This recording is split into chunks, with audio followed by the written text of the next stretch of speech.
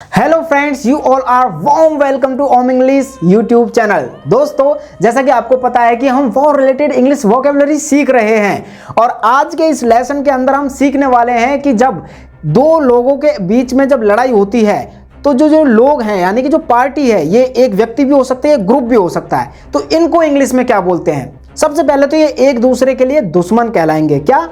दुश्मन। इसको इंग्लिश में बोलते हैं हम एनिमी। क्या बोलते हैं? एनिमी। अगर एक से ज्यादा दुश्मन है तो एनिमीज। ठीक है, ये एक दूसरे के लिए विरोधी हैं तो इसको हम ओपोनेंट्स भी बोल सकते हैं। क्या? ओपोनेंट्स।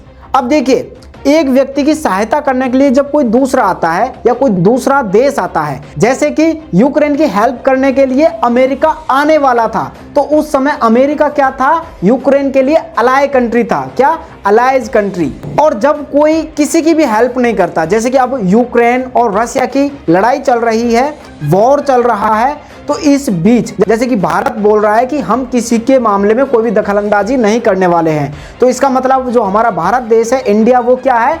न्यूट्रल, यानी कि न्यूट्रल कंट्री। कैसा देश है? Neutral country. ओके, देखिए, अब एक देश की लड़ाई दूसरे देश से हो रही है, तो इसमें लड़ाई करता कौन है? सैनिक करते हैं, लेकिन वहां पर जो रह रहे लोग हैं उनको क्या बोलेंगे? उनको हम बोलते हैं सिविलियन, यानी कि असैनिक, जो कि झगड़ा नहीं करते हैं, लड़ाई नहीं करते हैं। सिविलियन जो लड़ाई करते हैं, एंशिएंट टाइम की अगर हम बात करें, पुराने समय की, तो उनको हम बोलते थे योद्धा। क्या बोलते थे? योद्धा। इंग्लिश में वॉरियर। क्या? वॉरियर। लेकिन आज के समय में इनको हम बोलते हैं फौजी, सोल्जर। क्या बोलते हैं? सोल्जर। इसको हम और भी अलग अलग नामों से पुकार सकते हैं, जैसे कि मिलिट्री। मिलिट्री भी हम बोल सकते हैं, आपने अक्सर लोगों को मिलिट्री या सोल्जर भी बोलते हुए सुना होगा।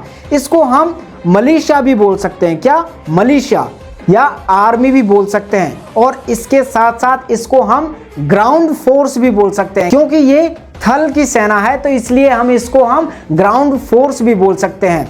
इन सेना के ग्रुप को हम ट्रूप भी बोल सकते हैं। क्या? ट्रूप।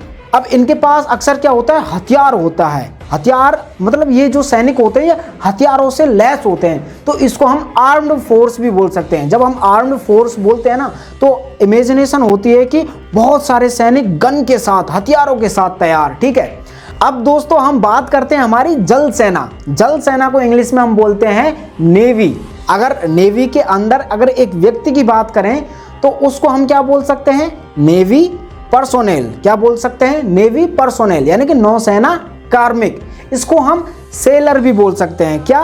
सेलर। अब देखिए, एक जल सेना और थल सेना, ये तो हो गए अलग अलग, लेकिन एक कॉमन प्रकार की भी सेना होती है जो कि दोनों जगह रह सकती है, यानी कि दोनों जगह, यानी कि जल में भी और थल में भी, दोनों जगह रहने के लिए ये तैयार होते हैं। इसको हम बोलते हैं मरीन कोर। क्या बोलते हैं? Marine core. PS इसमें साइलेंट होता है, यानी कि जो जल और थल दोनों जगह रह सकते हैं। इनको हम एम्फीबियस भी बोलते हैं। क्या? एम्फीबियस। अब बात करें हम वायुसेना की, तो इसको हम इंग्लिश में बोलते हैं एयरफोर्स। क्या बोलते हैं? एयरफोर्स। ये भी युद्ध में पार्टिसिपेट करते हैं, इनको हम एयरफोर्स बोलते हैं। इसके अंदर जो व्यक्ति जो एरोप्लेन को चलाता है उसको हम बोलते हैं पायलट। क्या बोलते हैं? पायलट, या हम बोल सकते हैं एयरमैन। देखिए दोस्तों, लास्ट लेसन के अंदर हमने आपको बताया था रिवॉल्यूशन के बारे में। क्या? रिवॉल्यूशन के बारे में। इसके अंदर जो लोग होते हैं उनको हम क्या बोलते हैं? रिवॉल्यूशनरी। क्या बोलते हैं? रिवॉल्यूशनरी। और अगर लड़ाई धर्म की हो रही हो, यानी कि धर्म युद्ध चल रहा हो, तो उसके अंदर जो लोग हैं, जो लड़ाई करने वाले हैं, उनको हम सैनिक नहीं, वॉरियर नहीं, उसको हम बोलेंगे क्रूसेडर। क्या बोलेंगे हम? क्रूसेडर। लेकिन अगर लड़ाई चल रही है एक देश की दूसरे देश के साथ, या मतलब सैनिकों के ग्रुप, इसको हम ट्रूप भी बोल सकते हैं। इसको हम साथ साथ फोर्स भी बोल सकते हैं। क्या? फोर्स। हम बोलते हैं ना कई बार कि मैं इन गुंडों के पीछे फोर्स लगा दूंगा, आपने मूवी में बहुत सुना होगा। फोर्स का मतलब क्या हो गया कि जैसे पुलिस का एक ग्रुप हो गया या सेना का एक ग्रुप हो गया, जो कि किसी आतंकवादी के पीछे या मतलब एक ऐसे व्यक्तियों के ग्रुप के पीछे हम लगाते हैं, उनको पकड़ने के लिए या उनको मारने के लिए हम लगाते हैं, जो कि असामाजिक टाइप के लोग होते हैं। देखिए, जो गन चलाते हैं, गन के अंदर अगर हम बात करें कि लंबी दूरी की गन, वो कौन सी होती है? स्नाइपर। ठीक है, तो इनको जो चलाने वाले होते हैं ना, इनको भी हम क्या बोलते हैं? स्नाइपर। क्या बोलते हैं? स्नाइपर। अगर आप पबजी खेलते तो आपको बिल्कुल पता होगा कि अगर जैसे कि 1 किलोमीटर दूर किसी व्यक्ति को अगर हमको मारना है तो हम किसकी हेल्प लेते हैं? स्नाइपर की, क्योंकि जो स्नाइपर होते हैं वो लंबी दूरी पर बैठे किसी व्यक्ति पर निशाना लगाने के लिए परफेक्ट होते हैं, प्रोफेशनल होते हैं, तो इसको हम बोलते हैं sniper.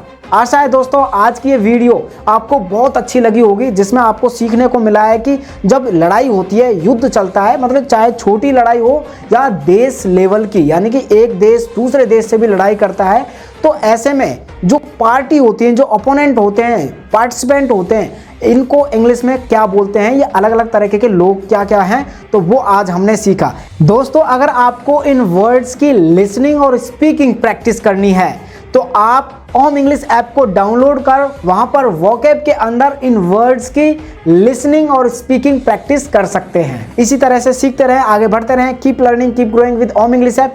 Thank you, bye bye, take care.